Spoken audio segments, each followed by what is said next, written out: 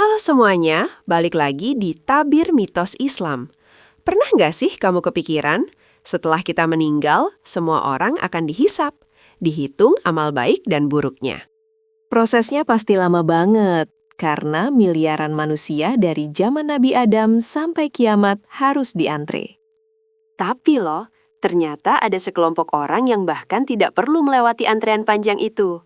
Mereka ini langsung dapat jalur ekspres. Sayangnya, jalur ekspres ini bukan menuju surga. Melainkan, mereka langsung di-check-in ke tempat terburuk, neraka jahanam, tanpa hisap. Gini nih, saking parahnya dosa yang mereka bawa, bahkan Allah SWT tidak perlu membuang waktu untuk menghitungnya. Siapa saja 7 golongan yang mengerikan ini? Yuk kita bedah satu persatu sambil introspeksi diri. Golongan pertama, ini yang paling fatal, yaitu orang yang berbuat syirik. Syirik itu intinya menyekutukan Allah, menganggap ada kekuatan lain yang setara atau lebih hebat dari pencipta kita.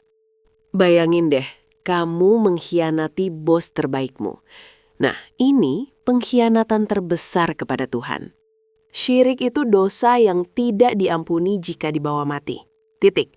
Jadi, wajib banget kita jaga tauhid kita. Kedua, orang yang dengan sengaja membunuh jiwa tanpa hak. Ini jelas melanggar perintah paling mendasar.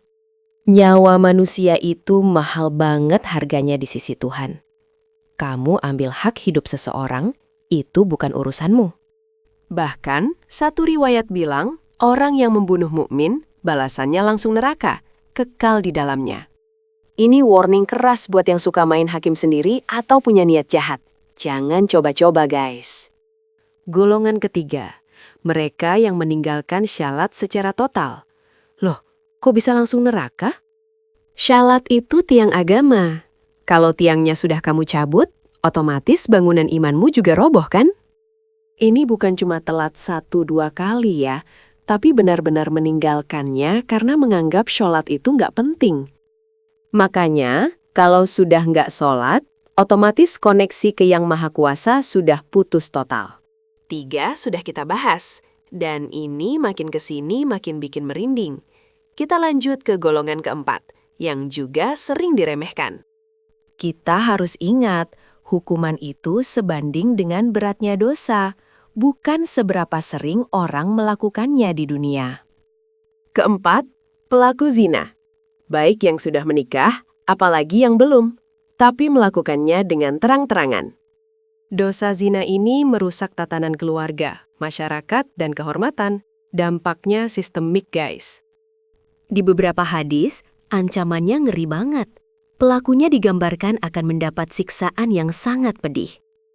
Intinya, jauhi segala yang mendekatkan ke perbuatan itu, karena godaannya emang luar biasa di zaman sekarang. Kelima, ini golongan yang paling tega. Orang yang makan harta anak yatim secara zolim. Anak yatim itu kan golongan yang paling lemah dan seharusnya dilindungi. Kok tega-teganya kamu ambil hak mereka? Al-Quran sudah mewanti-wanti dengan keras. Sesungguhnya, orang yang memakan harta anak yatim secara zolim, mereka itu sebenarnya menelan api sepenuh perutnya. Jadi, buat yang punya amanah mengurus yayasan atau harta warisan, hati-hati banget ya. Golongan keenam, orang yang berdusta atau membuat cerita palsu atas nama Allah atau Rasul-Nya.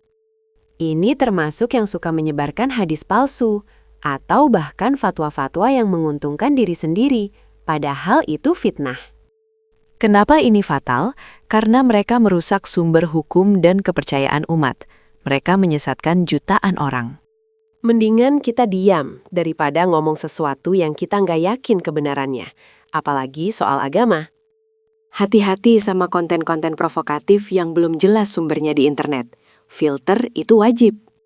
Terakhir, golongan ketujuh. Pemimpin atau penguasa yang zolim dan curang terhadap rakyatnya. Mereka yang memegang amanah besar tapi malah menindas, korupsi, dan menggunakan kekuasaan untuk kepentingan pribadi. Bayangin, tanggung jawab memimpin itu berat loh. Setiap kebijakan yang menyengsarakan rakyat itu pasti dihitung. Mereka tidak hanya merugikan 1-2 orang, tapi jutaan rakyat di bawah kekuasaan mereka. Makanya, mereka ini juga masuk dalam daftar jalur cepat neraka tanpa perlu banyak pertimbangan lagi. Nah, itu tadi 7 golongan yang ancamannya luar biasa. Dengarnya saja sudah bikin lutut lemes. Penting kita ingat, semua ini adalah peringatan dari Tuhan. Tujuannya bukan untuk menakut-nakuti, tapi untuk menjaga kita di jalur yang benar. Tidak ada satupun dari kita yang ingin mengambil jalur cepat ke jahanam, kan? Selagi masih bernafas, yuk kita perbaiki diri. Kita jauhi dosa-dosa besar ini, dan semoga Allah mengampuni kita semua. Gimana menurut kalian? Ada dosa besar lain yang menurutmu harusnya masuk daftar ini? Tulis di kolom komentar ya.